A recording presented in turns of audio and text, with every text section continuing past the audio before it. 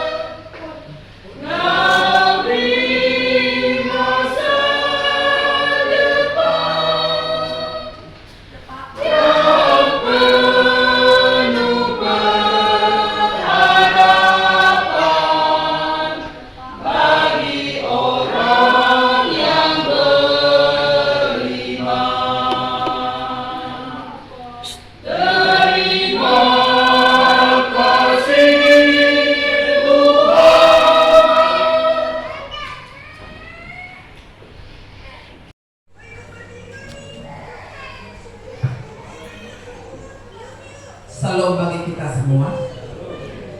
Marilah kita amati dan teliti warta jemaat atau tata ibadah yang ada pada kita masing-masing di tata ibadah Minggu Paskah pertama atau Pasca Parjolo Patingotan Ari Haheheoni Tuhan Yesus di Minggu 5 April 2026. Tema Minggu kita pada hari ini, Yesus bangkit pada hari ketiga. Selanjutnya di jadwal ibadah kategorial dan latihan kor, vokal di gereja dan evangelisasi atau pertangyangan sebagaimana mestinya sudah tertera di lampiran yang ada di dalam tata ibadah kita ini. Statistik kehadiran pada ibadah di dalam satu minggu ini sudah tercantum juga di situ. Warta jemaat atau pengumuman di ibadah minggu dengan mengucap syukur kepada Tuhan dihimbau kepada semua agar semakin rajin beribadah di gereja serta mengikuti ibadah kategorial. Ibadah masuk pukul 10.30 dilayani oleh pendeta, pimpinan dan unsur pimpinan Majelis Jemaat HKIP Penerangan. Sarana dan prasarana pelayanan HKIP Penerangan.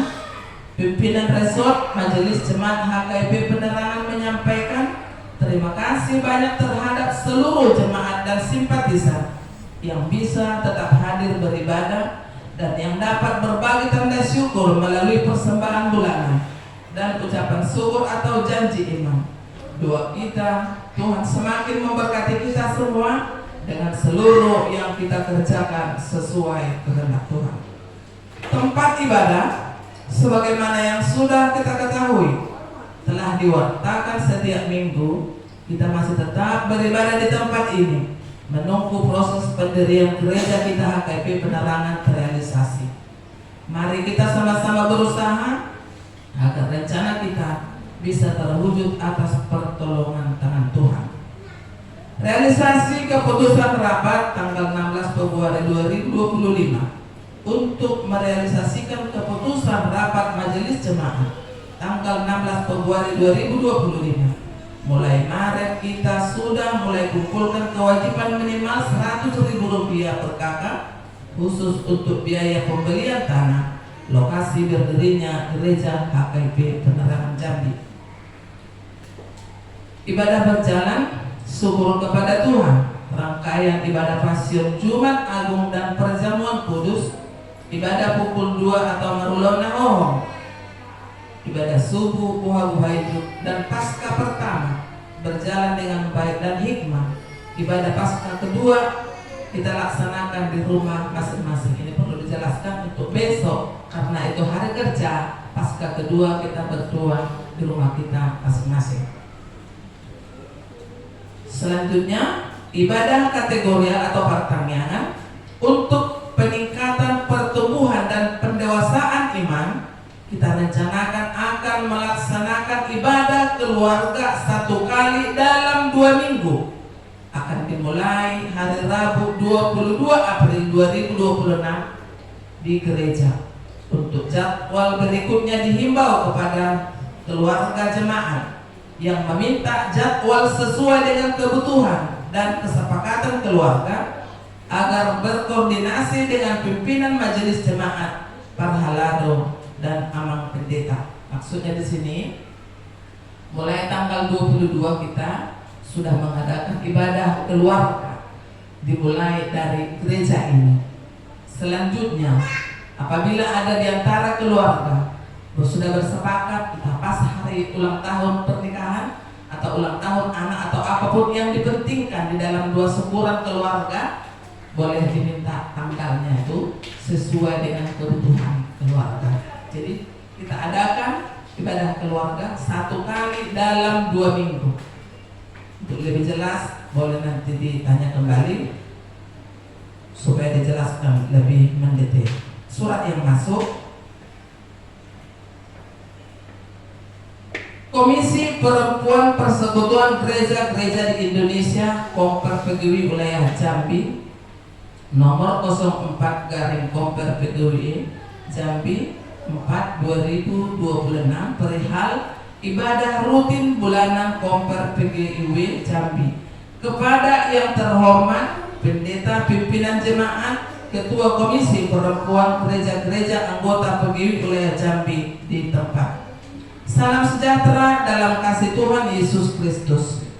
Dengan penuh rasa syukur kepada Tuhan Yesus Kristus yang tetap menyertai dan memberkati kita semua, maka dengan ini kami mengundang ibu-ibu anggota komisi perempuan untuk menghadiri ibadah rutin bulanan Komisi Perempuan PGRI Wilayah Jambi yang akan dilaksanakan pada hari tanggal Selasa 7 April 2026. Acara ibadah hari doa sedunia, pembagian telur Paskah, perpisahan dengan Bapak Ketua PGW waktu pukul 15 WIB sampai dengan selesai atau pukul 3 sore. Tempat Gereja GKPI JKJK Palmera, Jalan Abdul Rahman Saleh, nomor 09, Kecamatan Jambi Selatan, Kota Jambi. Dress code pakaian wanita Nigeria long dress, pakai tutup kepala dan sarung. Demikian undangan ini kami sampaikan. Besar harapan kami ibu-ibu bisa menghadiri ibadah bersama kita di Komper PGW ini. Kiranya kasih Tuhan Yesus Kristus menyertai dan memberkati kita semua. Immanuel Jambi, 1 April 2026. Ketua Komper PGW Wilayah Jambi, Pendeta Herni Binawa SDH, Sekretaris Rusliana Seditonga SPD mengetahui Ketua Bidang Marturian PGW Wilayah Jambi ditandatangani dan distempel. Untuk selanjutnya penjelasannya nanti bisa dibicarakan dengan Inang Borsihotang sebagai Ketua Komisi Perempuan kita di Gereja HKP Penerangan. Nanti kita bicarakan di grup bagaimana kesepakatan kita untuk keberangkatan kita hari Selasa ke acara tersebut. Ibadah Minggu 12 April 2026 kita akan laksanakan ibadah menggunakan bahasa Batak. Untuk panduan renungan Alkitab untuk 1 mingguan sudah tertera di situ sebagaimana yang sudah ditentukan. Laporan keuangan mingguan Mazmur 96 ayat 8, berilah kepada Tuhan kemuliaan namanya, bawalah persembahan dan masuklah ke penataannya. Keuangan kita yang masuk dalam 1 minggu ini sudah tertera di situ. Apabila ada yang salah penulisan dari jumlah atau dari nama atau apapun yang tidak sesuai dengan kenyataan, segera dikoordinasi kepada penghalado kita agar senantiasa di hari berikutnya kita buat yang sebenarnya. Tadi pagi ada ucapan syukur dari saudara kita, jemaat simpatisan dari saudara Tumpal Hamonangan Sihite, mengucap syukur kepada Tuhan atas penyertaannya pulang ke kampung di minggu-minggu yang lalu dan telah kembali dan bersama-sama kita saat ini beribadah bersama-sama kita. Diucapkan syukur kepada Tuhan dan memberikan persembahan melalui gereja kita Rp50.000. Pembukuannya hari Minggu akan kami tambahkan. Di uang keluar sudah tertera di situ semuanya, hingga saldo kas kita sudah tertera juga, dan usaha huria kas pembangunan serta daftar kewajiban jemaat PKK yang telah ditentukan. Saldo kita hingga akhir tanggal 27 bulan 3 2026 Rp13.220.000. Tertulis di Rom 5 ayat 8, akan tetapi Allah menunjukkan kasih-Nya kepada kita oleh karena Kristus telah mati untuk kita ketika kita mati berdosa. Akhir kata, selama mengikuti ibadah dan memaparkannya, serta selama ulang tahun bagi yang merayakannya seminggu yang lewat, Tuhan Yesus memberkati kita semua. Salam. Yang membawakan doa syafaat kita, kami persilakan kepada Inang Situa kita, Situa RT Borus. Korintus pasal yang ke-15 ayat 1 sampai dengan ayat yang ke-11. 1 Korintus pasal yang ke-15 ayat yang pertama sampai dengan ayat yang ke-15. Mari Bapak Ibu dan Saudara-saudari, kita membacanya secara responsori. Saya mulai dari ayat yang pertama. Demikian firman Tuhan. Kebangkitan Kristus Dan sekarang saudara-saudara, aku mau mengingatkan kamu kepada Injil yang aku beritakan kepadamu dan yang kamu terima, dan yang di dalamnya kamu teguh berdiri. Oleh Injil itu kamu diselamatkan, asal kamu teguh berpegang padanya, seperti yang telah kuberitahu kepadamu, kecuali kalau kamu telah sia-sia saja menjadi percaya. Sebab yang sangat penting telah kusampaikan kepadamu, yaitu yang telah kuterima sendiri, ialah bahwa Kristus telah mati karena dosa-dosa kita, sesuai dengan kitab suci. Bahwa Ia telah dikuburkan dan bahwa Ia telah dibangkitkan pada hari yang ketiga, sesuai dengan kitab suci. Bahwa Ia telah menampakkan diri kepada Kefas dan kemudian kepada ke-12 muridnya. Sesudah itu Ia menampakkan diri kepada lebih dari 500 saudara sekaligus. Kebanyakan dari mereka masih hidup sampai sekarang, tetapi berbahagia di antaranya yang telah meninggal. Selanjutnya Ia menampakkan diri kepada Yakobus, kemudian kepada semua rasul. Dan yang paling akhir aku, Ia menampakkan diri juga kepadaku, sama seperti kepada anak yang lahir sebelum waktunya. Karena aku adalah yang paling hina dari semua rasul, bahkan tidak layak disebut rasul, sebab aku telah menganiaya jemaat Allah. Tetapi karena kasih karunia Allah, aku adalah sebagaimana aku ada sekarang, dan kasih karunia yang dianugerahnya kepadaku tidak sia-sia. Sebaliknya, aku telah bekerja lebih keras daripada mereka semua. Tetapi bukannya aku, melainkan kasih karunia Allah yang menyertai aku. Sebab itu baik aku maupun mereka, demikianlah kami mengajar dan demikianlah kami menjadi percaya. Sampai sejauh pembacaan firman Tuhan, mari kita bernyanyi.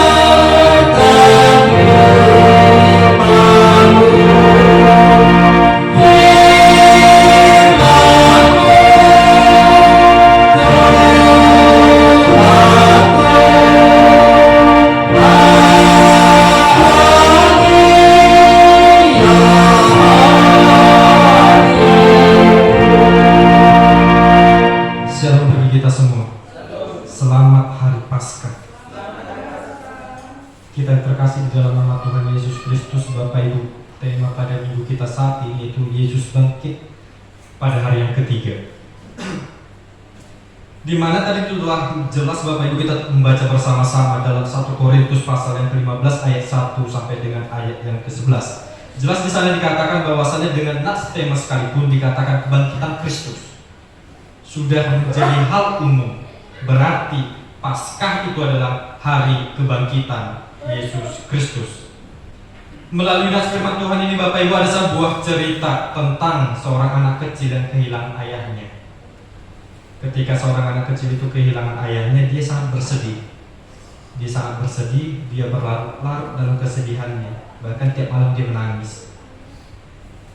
Dari pemakaman tersebut sampai dengan berhari-hari kemudian, ketika semua masa perkabungan itu ada pada dia, ketika semua masa perkabungan itu dia rasakan beberapa hari setelahnya, dia berpikir bahwasannya semua yang ada dalam hidupnya berakhir, karena sudah menjadi hal yang sering kita jumpai Bapak Ibu ketika kehilangan orang tua. Beberapa anak mungkin bakalan merasa sedih, bahkan hilang arah. Namun setelah masa perkabungan tersebut, beberapa hari kemudian ibunya berkata, "Hai anakku, ayah memang sudah tidak ada lagi bersama kita di dunia ini, tetapi kasihnya tidak pernah mati bagi kita sekeluarga. Kita yang terkasih, cerita ini mengingatkan bahwasannya setiap manusia, bahwa manusia selalu berharap ada kehidupan setelah kematian. Namun kabar Paskah pada saat ini jauh lebih besar dari sekedar harapan, yaitu Yesus benar-benar bangkit pada hari yang ketiga. Sesuai dengan tema pada minggu saat ini, Yesus bangkit pada hari yang ketiga. Kalau kita melihat Bapak Ibu, Paskah itu merupakan pusat iman dari orang Kristen. Paskah merupakan pusat dari kepercayaan orang Kristen. Orang Kristen adalah orang yang percaya kepada Yesus Kristus. Tanpa kebangkitan, iman kita sia-sia. Tanpa kebangkitan, hidup kita hanya menunggu maut, hukuman dosa. Oleh karena itu dalam nas firman Tuhan pada saat ini dalam 1 Korintus 15 ayat 1-11, Rasul Paulus mengingatkan jemaat yang ada di Korintus, tidak hanya jemaat di Korintus pada masa itu, tetapi setiap orang yang mendengar, bahkan sampai dengan jemaat HKIP Penerangan. Rasul Paulus mengingatkan Injil yang mereka telah kita terima, yaitu bahwa Kristus telah mati karena dosa-dosa kita. Ia mati, dikuburkan, dan bangkit pada hari yang ketiga sesuai dengan kitab suci. Ini bukan sekedar cerita Bapak Ibu.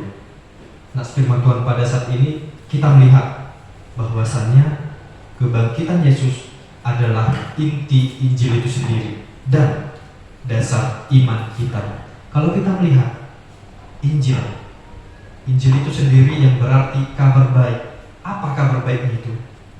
Yaitu tadi kebangkitan Yesus dan kematian Yesus tadi. Karena tanpa kematian Yesus, dosa kita tidak pernah bisa diampuni. Tanpa kebangkitan Yesus, kita tidak pernah dimenangkan dari maut. Oleh karena itu bukan sekedar hanya cerita saja, tetapi itulah Injil dan dasar iman kita. Nah, firman Tuhan pada saat ini Bapak Ibu dan kita yang terkasih mengajarkan kita 3 hal. Ada 3 hal yang ingin diajari melalui nas firman Tuhan surat Rasul Paulus. Yang pertama, dari ayat 1 sampai dengan ayat yang ketiga, kebangkitan Yesus adalah Injil. Di sana Paulus menegaskan bahwasanya Kristus mati karena dosa-dosa saya, dosa-dosa kamu, dosa kita semua. Karena itulah Yesus mati. Dan ketika Yesus mati di kayu salib, dia dikuburkan. Ketika dia telah dikuburkan pada hari yang ketiga, dia bangkit. Dan itulah yang kita akui hingga sampai dengan saat ini, yang dinamakan pengakuan iman rasuli. Aku percaya kepada Allah Bapa, aku percaya kepada Yesus Kristus, aku percaya kepada Roh Kudus. Artinya setiap minggunya kita katakan, setiap minggunya pidato, setiap minggunya kita ucapkan. Apakah pengakuan iman rasul itu hanya sekedar ucapan saja? Apakah pengakuan iman rasul itu hanya sekedar pengakuan dalam mulut saja? Oleh karena itu pada saat ini Paulus mengingatkan kita semua bahwasanya kita harus mengimani, kita harus percaya akan kebangkitan Yesus. Tanpa kematian, tanpa kebangkitan Yesus, hidup kita ini bagaikan rumah tanpa pondasi Bapak Ibu. Mengapa dikatakan demikian? Karena kalau membangun rumah dengan pondasi yang asal-asalan, mungkin ketika rumah itu jadi, tampak dari luar itu cukup kokoh, tampak dari luar itu cukup kuat, tapi ketika sedikit saja goncangan, maka itu bisa merobohkan rumah tersebut. Dalam halnya perumpamaan 2 dasar. Ada orang yang membangun rumahnya dari di atas pasir, dan ada orang yang membangun rumahnya di atas batu. Manakah yang paling kuat? Dan itulah iman yang sejati. Begitu juga dengan iman kita. Tanpa kebangkitan Yesus, jika Yesus tidak bangkit, maka iman kita pun tidak punya dasar. Tanpa kematian Yesus, maka hidup kita manusia setiap harinya dibayang-bayangi oleh dosa. Tetapi melalui darah anak domba yang kudus, melalui darah Yesus, kita telah dimenangkan. Sehingga kita memiliki landasan yang kuat, kita memiliki dasar iman yang kuat. Sehingga kita tidak lagi berada di pondasi atas pasir, tetapi kita dapat membangun iman kita di atas batu pondasi yang sangat kuat. Percaya kepada Yesus bukan sekedar percaya ajarannya, percaya kepada Yesus bukan sekedar apa yang dibicarakan orang, percaya kepada Yesus bukan sekedar apa yang ada di pikiranmu, tetapi percaya kepada Yesus yaitu juga percaya akan karyanya yang sempurna, yaitu kematian dan kebangkitannya. Sebab Bapak Ibu dan kita yang terkasih, kematian dan kebangkitan Yesus telah dinubuatkan dari 2000 tahun sebelum Yesus mati, bahwasanya akan ada penebus, akan ada ganti darah utang dosa manusia, yaitu melalui darah Yesus. Dan itulah karya yang sempurna. Lalu pembelajaran yang kedua, dari ayat 4 sampai dengan ayat yang ke-8 dikatakan, kebangkitan Yesus adalah fakta yang nyata. Kebangkitan Yesus adalah fakta yang nyata. Bapak Ibu, kalau kita tadi membaca dari 4 sampai dengan ayat yang ke-8, Paulus menyebutkan cukup banyak saksi di sana. Ada dikatakan Kefas yang pertama. Kefas itu julukan daripada Petrus atau Simon Petrus. Lalu Yakobus, lalu ke-12 para rasul, ke-500 orang, bahkan yang menjadi saksi selanjutnya itu adalah Paulus itu sendiri yang menuliskan dalam surat dalam 1 Korintus pasal yang ke-15. Artinya sangat banyak saksi dan telah dituliskan dan telah dikumandangkan oleh para saksi tersebut. Oleh karena itu menjadi landasan kita percaya sudah cukup kuat. Kita percaya Bapak Ibu bukan karena ikut-ikutan. Kita percaya kepada Yesus bukan karena Dia beribadah, saya beribadah, orang berdoa, saya berdoa, orang mendengarkan firman Tuhan, saya mendengarkan firman Tuhan. Tidak. Jikalau kita masih demikian, maka saya berani mengatakan iman kita adalah iman yang ikut-ikutan. Sebab iman itu harus kita tanam sedini mungkin dalam diri kita masing-masing. Kemanakah landasan itu kita buat? Apakah landasan iman kita? Apa yang kita percaya? Apa yang kita imani? Memang kita tidak pernah menyaksikan secara langsung bagaimana perjalanan Via Dolorosa, bagaimana proses penyaliban Yesus. Kita tidak menyaksikannya langsung. Sekalipun kita menyaksikan itu melalui film-film yang telah diadaptasi. Tetapi seperti nats firman Tuhan pada buah-buah hidup tadi dalam Yohanes 20 ayat yang 29 dikatakan, berbahagialah orang yang percaya walau tidak melihat. Dan orang-orang itu adalah kita. Kita tidak pernah melihat bagaimana prosesnya. Kita tidak pernah melihat apa yang Yesus rasakan. Tetapi melalui sabda firman Tuhan kita mendengar, kita mengingani, dan kitalah orang yang percaya itu sekalipun kita tidak melihat. Dan pembelajaran yang ketiga Bapak Ibu, dari ayat 9 sampai dengan ayat yang ke-11 dikatakan kebangkitan Yesus mengubah hidup. Kebangkitan Yesus mengubah hidup. Kalau kita melihat, mengulas kembali bagaimana latar atau sejarah atau masa lalu daripada Rasul Paulus, kita mengetahui bahwasannya Rasul Paulus sebelum menjadi nama Paulus, dia bernama Saulus. Kalau kita melihat juga, Saulus adalah orang yang Yahudi yang sangat fanatik. Dia sangat membenci orang-orang yang percaya kepada Yesus. Bahkan yang menjadi tujuan utama dia, yang menjadi pekerjaan utama dia ketika dia melihat orang yang bersekutu, orang yang berkumpul bersekutu di rumah Tuhan atau di satu perkumpulan untuk memuji serta memuliakan nama Yesus, di sana dia hadir untuk membantainya, untuk menghabisinya. Dia sangat membenci. Tetapi yang dahulu dia adalah yang suka menawan orang Kristen, tetapi ketika dia telah diberikan kepercayaan kepada Yesus itu sendiri untuk memberitakan firman Tuhan, justru dia sendirilah yang menjadi tawanan yang diburu-buru orang karena dia menyebarkan firman Tuhan. Sangat banyak kisah-kisahnya. Kalau kita memiliki waktu senggang, boleh kita membaca dalam kitab Kisah Para Rasul bagaimana perjalanan hidupnya.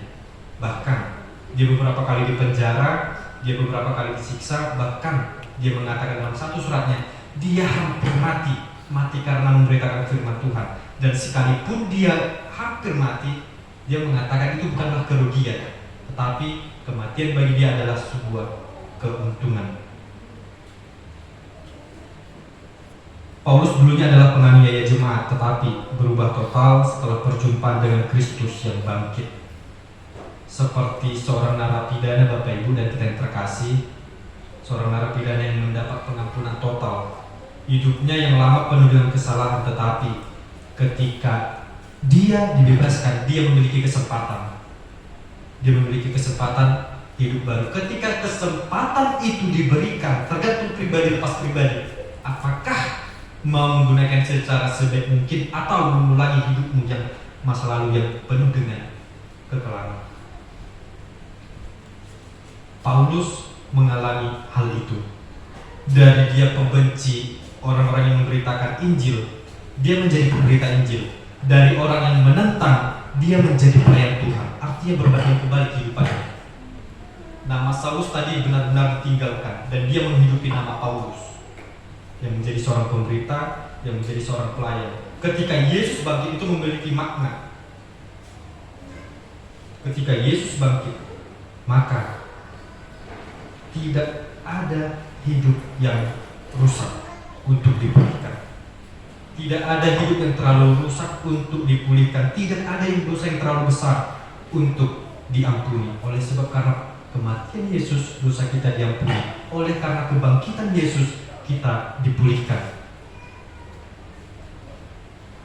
Bapak Ibu dan kita yang terkasih di dalam nama Tuhan Yesus Kristus, layaknya seorang petani, layaknya seorang perkebun, ketika dia menanam sayur-sayurannya, ketika dia menanam tumbuh-tumbuhannya dari benih, saat itu benih itu ditanam, saat itu benih itu ditanam dalam tanah, seolah-olah benih itu mati. Dalam kegelapan, dia dalam tanah, dan kegelapan dia terkubur dan tidak terlihat sama sekali. Namun beberapa waktu kemudian benih itu tumbuh menjadi kehidupan yang baru. Demikian Yesus ketika ia mati, ketika dia dikuburkan, tapi dia bangkit dan membawa kehidupan yang baru. Saudara-saudara yang terkasih dalam nama Tuhan Yesus Kristus, Yesus bangkit pada hari yang ketiga. Ketika dia bangkit, dia memberi kita pengharapan. Dia memberi kita pengharapan. Ketika Yesus bangkit, Yesus menguatkan iman kita. Dan ketika Yesus bangkit, dia mengubah hidup kita. Yang menjadi pertanyaan untuk menjadi perenungan dalam hidup kita, Bapak Ibu, apakah engkau percaya kepada Yesus Kristus? Mari kita cek dalam hati kita masing-masing. Ketika engkau mengatakan masih ragu-ragu, mari kita mulai menyelami firman Tuhan. Sebab iman itu tidak tumbuh secara drastis, langsung tinggi, tidak. Tetapi iman itu tumbuh secara bertahap, layaknya benih tadi. Dia berawal dari benih yang sangat kecil, mulai dengan kehidupan baru, tunas dan bahkan sampai berbuah. Sebab sekalipun imanmu sekecil biji sesawi, maka itu dapat besar menjadi seperti gunung. Demikianlah dengan kita. Iman itu tidak bisa tumbuh dengan sendirinya, tetapi Roma 10:17 dikatakan iman timbul dari pendengaran akan firman Tuhan. Ketika kita iman itu telah tumbuh dan berkembang, maka kita harus menghasilkan buah. Karena melalui buah itulah kita dikenal sebagai orang yang beriman, dan melalui buah itu mari kita mulai menjadi pemberita Injil kecil dimanapun kita berada. Amin. Mari kita bernyanyi.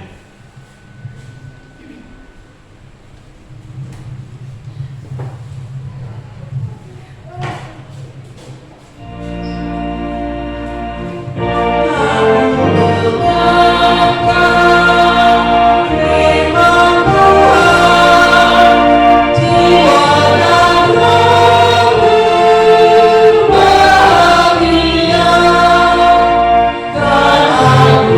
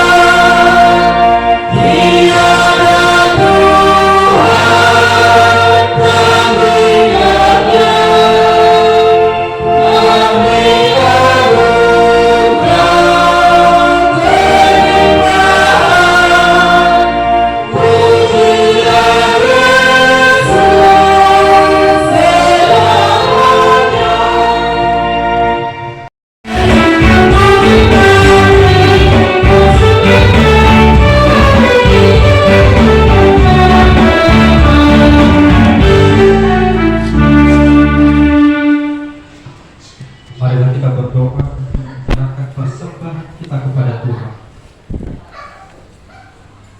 Ya Allah Bapa kami yang di surga, kami mengaku bahwa Tuhan adalah sumber dari segala karunia yang berlimpah dalam kehidupan kami masing-masing. Sebahagian daripada karunia itu kami serahkan kembali sebagai persembahan kepada Tuhan. Terimalah dan berkatilah persembahan umat ini agar dapat kami pergunakan untuk pekerjaan dan pelayanan kerajaan Tuhan di dunia ini. Bukalah hati kami untuk mengenal betapa banyak berkat dan karunia yang kami peroleh dari Tuhan, supaya kami senantiasa bersyukur kepadamu di dalam nama Tuhan Yesus Kristus Tuhan kami. Amin. Ya Allah Tuhan kami yang Maha Pengasih, kami berterima kasih dan memuji Engkau karena Engkau lahirkan kembali dan ke dalam pengharapan yang hidup dengan kebangkitan anak-Mu Yesus Kristus dari antara orang mati. Dia adalah juru selamat dan hidup serta Tuhan kami dan menjadi kepala yang harus kami taati. Sekarang kami bersuka cita karena kebangkitannya. Iblis, dosa, dan maut telah ditaklukkan, dan kami tidak akan takut lagi menghadapinya dan segala sengatnya karena kemenangan Tuhan kami. Panglima perkasa yang menuntut kami dari kematian hingga kebangkitan daging. Kami memohon, kasihani dan kuatkan iman kami dan saudara-saudara kami agar kami bersama-sama dibangkitkan kepada kehidupan yang baru. Berkatilah jemaat-Mu dan hamba-hamba-Mu yang memberitakan kebangkitan Tuhan Yesus, agar semua orang sadar dan bangkit melawan dosa. Teguhkanlah iman kami, mempercayai bahwa kami telah didamaikan kepadamu karena karya keselamatan anak-Mu Tuhan Yesus Kristus. Beri kesabaran dan penghiburan bagi kami. Jadikan hati yang suci dan jiwa kami yang teguh, agar kami mengakui bahwa kami telah dibenarkan oleh Tuhan Yesus Kristus. Berilah kami pengharapan yang hidup, agar kami terhidup mengingat saudara-saudara kami yang telah Tuhan panggil ke hadirat-Mu.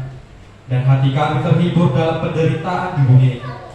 Hiburkan juga mereka yang kemalangan, yang sengsara, yang miskin, yatim piatu, para janda, dan semua orang yang merindukan hidup yang kekal karena kebangkitan Tuhan Yesus Kristus Tuhan kami. Amin. Marilah kita sama-sama mengucapkan doa Bapa kami. Bapa kami di surga, dikuduskanlah namamu, datanglah kerajaan, jadilah kehendakmu di bumi seperti di surga. Berilah kami rezeki hari ini, Dan kami secukupnya, dan ampunilah kami kesalahan kami, seperti kami juga mengampuni orang yang salah kepada kami. Dan jangan membawa kami dalam pencobaan, tetapi lepaskanlah kami dari jahat, karena Engkau punya kerajaan dan kuasa dan kemuliaan sampai selama-lamanya. Pulanglah dengan damai sejahtera dan terimalah berkat dari Tuhan kita Yesus Kristus. Tuhan memberkati engkau dan melindungi engkau. Tuhan menyinari engkau dengan wajah-Nya dan memberi engkau kasih karunia. Tuhan menghadapkan wajah-Nya kepadamu dan memberi engkau damai sejahtera. Amin.